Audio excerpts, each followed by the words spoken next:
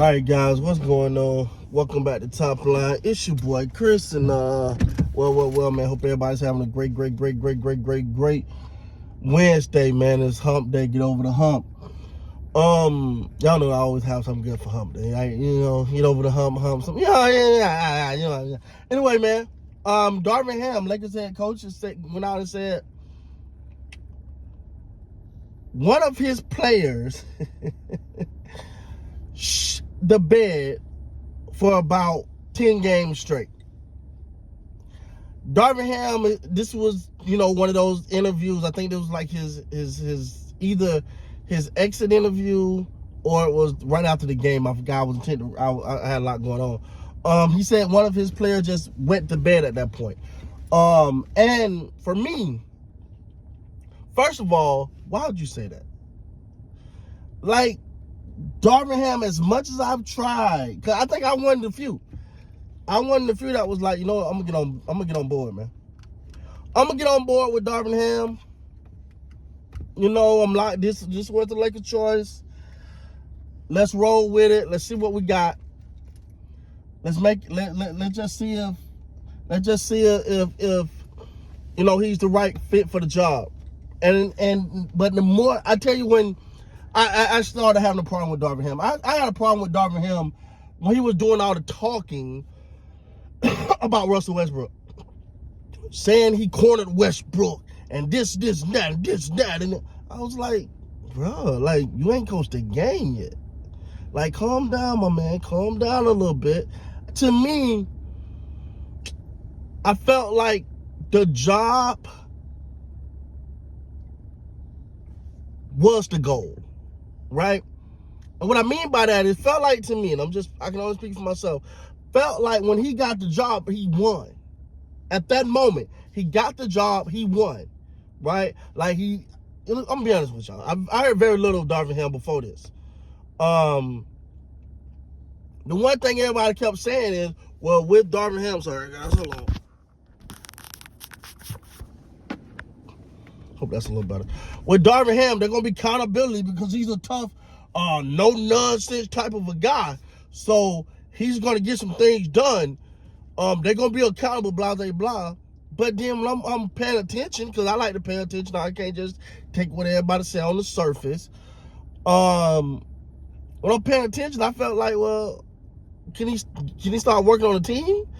And because he was doing 19 interviews a damn day. Like, I felt every time he looked around at us, I'm new to stay on the podcast.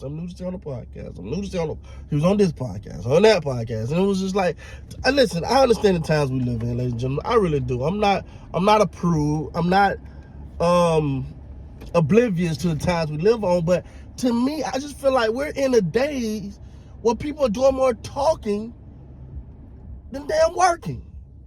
Everybody talking about work. Let's get some work done. You know what I'm saying? That was my first initial thought from Darin Ham. But listening over these last couple years to Darin Ham, I've been wanting. Now it's not official that the Lakers are going to move on from him or nothing like that. But I'm just going to tell you exactly where I stand at today. Listening to him talk made me feel like, okay, I'm getting a lot of sizzle and no steak. Right? Because according to him, okay, we got some for them Nuggets. You got a game. You got one win this year. One win. So for him to come out and say one of my starters to bed for 10 games in a row, first of all, you may be back head coach next year. That starter may be there next year. How is that going to work now? Because the sentiment is that he was talking about D'Lo. That's the sentiment. Now, he could be wrong. Could be talking about Torian Prince. They did have some injury issues. Everybody had injury issues. I'm not going to sit here and make these excuses. But to me, I just felt like Darin Ham, to me, that was just one of the most unprofessional things I've ever heard a coach say, that right after a disappointing loss. Like, I need a lot more accountability from you.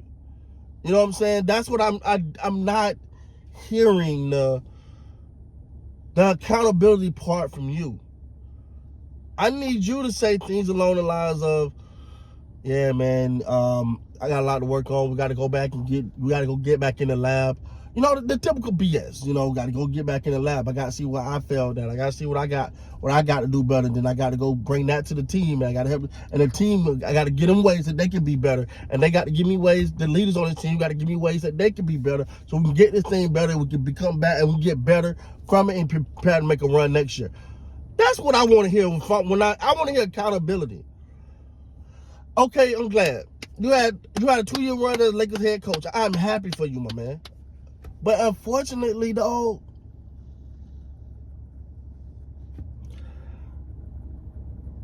I really just not seeing it, bro.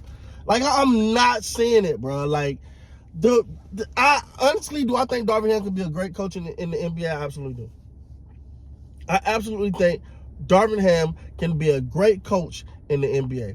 I honestly, and I'm gonna say this, I don't think it's fair to take a rookie head coach and throw him in there with these superstars with championship expectations. You automatically accelerate their learning process. Because as a rookie coach, they're still learning. They're still understanding. They're still trying to find their coaching philosophies. They're trying to find their coaching voice. So when you take that and you throw it in the fire, say now you go over there with LeBron Anthony Davis and the only expectation for your championship. Whoa. Okay.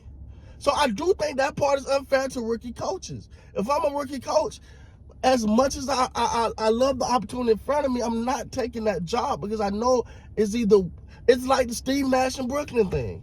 Only thing is, Steve Nash was a little bit more of a player, a little bit more polarizing. But when you take these new guys, these rookie head coaches, pair with superstars, because in your mind, which we're learning the hard way, that superstars by themselves do not win freaking games. You need some guidance, you need some coaching, you need some tutelage, you need a team. All right? You need a team. And it shows over and over. I don't even know why people keep trying to put the super teams are dead, though. The super teams are dead. It's over. That phase is gone. So Phoenix, Georgia got a cap problem. Georgia got a super cap problem. You ain't got a super team. You got a super cap problem. That's it. So you got to build full teams. And I think that's what the Lakers got to figure out a way to do, is to build as complete roster as possible. I'm not going to say they haven't tried, because I'm looking at, I don't know. And again, he's been hurt, but Vincent was garbage, man. His shots, them I don't know who shot them. Yeah, he shot them from, oh my God, they were just hitting the front of the rim. Boom. I was like, this man ain't got no legs. But anyway, Darin Ham out here throwing people on the bus, y'all. Somebody gonna get it, I guess. With that being said, guys, please like, comment, subscribe to the channel. Till next time, you guys be great, man.